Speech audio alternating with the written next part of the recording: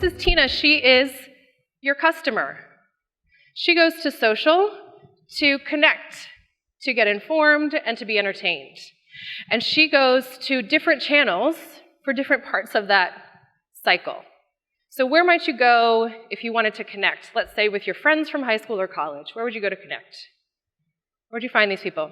Channel, Facebook, Instagram. Where would you go if you wanted to be entertained endlessly? Hilarious videos of cats. Louder, louder. YouTube. Where would you want to go? Where would you go if you wanted to be informed? If you wanted to be educated? What's going on in the world? What do I need to know about? What's happening with a sports event? What was that in the back? BuzzFeed. That's a good one. Yeah. And Twitter. So I'm going to these different places for different things all the time. And I'm your customer, whether I'm in pharmaceutical sales myself or I'm a mom of my 3-year-old kid. I'm that same person, right? This is me in this space. I'm going to different channels for different things. So I might be going to get entertained in the YouTube, Snapchat, Twitch world and spending some time, depending on what our consumer audience is in that space. That might not be your audience. You don't have people, let's say, Tina, in that area is not for you. Over in this inform space, you see Twitter, LinkedIn, and Facebook in between inform and connect. So you're spending a lot of time consuming this information and getting educated.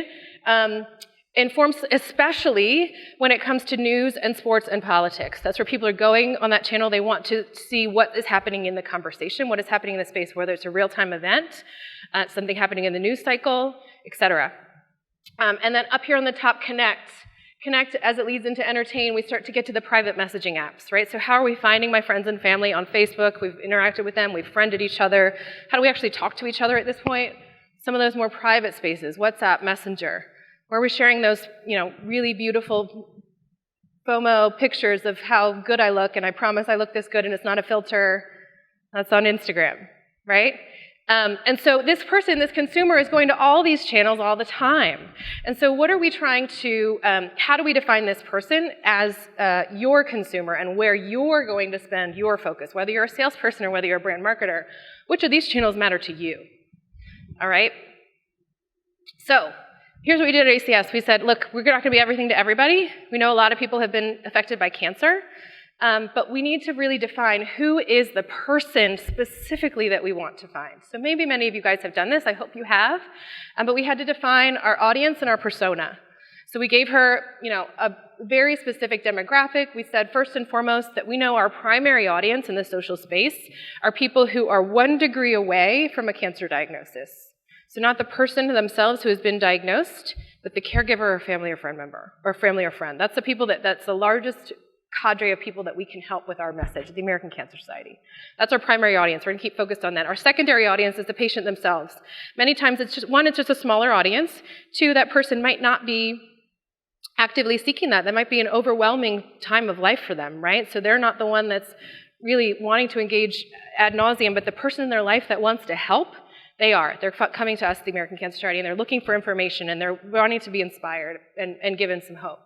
And then tertiary, general doctors, philanthropists, people that work in the medical space, people that are your clients and your customers and the people in this room might be following the American Cancer Society too. We like to, we feel very proud of the long history that we have about, the data and the science and the medicine that we use in aggregate to say, here's what we think is happening in the cancer space. Here's what we think needs to be done to prevent it. Here's the treatments that have been peer-reviewed that we think are standard treatments for this particular disease, et cetera. So we are kind of a thought leader in that space, and we find lots of people in the medical community that are following us. So those are our 3 audiences, and here's our persona. She's a woman. She's typically age 35 to 54.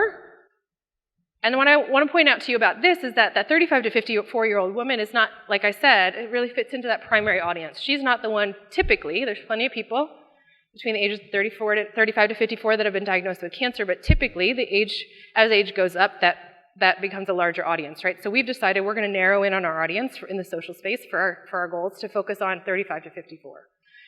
We can get into the millennials and get really younger, like the older millennials fall into that, but get into the younger millennials, but that's a really different message to a really different persona at a different time in his or her life. If we get higher up, we get really focused on the actual treatment of the medical community, and we wanted to land in this space in between to inspire and motivate and educate in the prevention. space. So we found who she is. She is connected. She's a self-starter. She's compelled to help.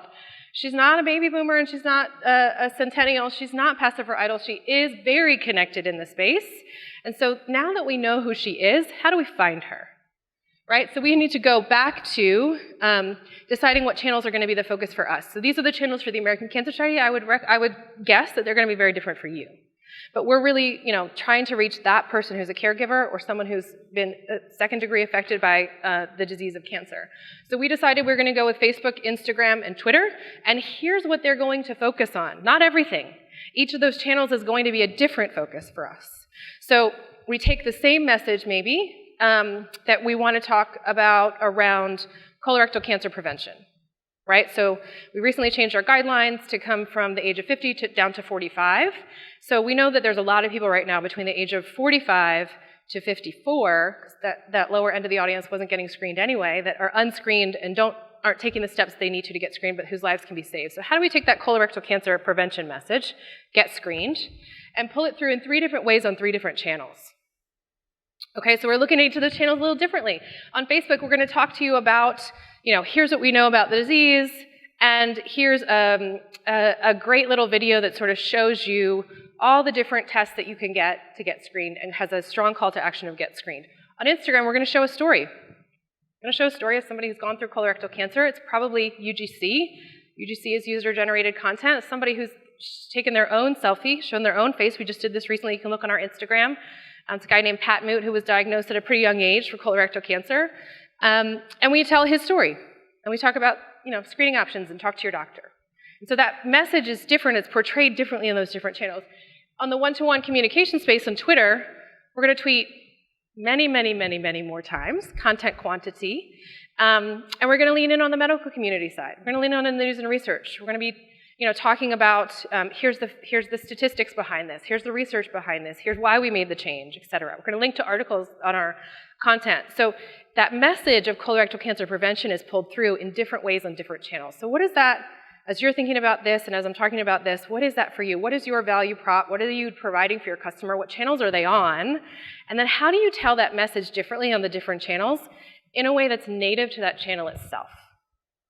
Native to the channel itself, and that's the most important thing. So let's get a little deeper into that. Create the content that adds real value. Here's Tina again. Remember, she's not going to any of these channels. Not one of these says to get sold to, right?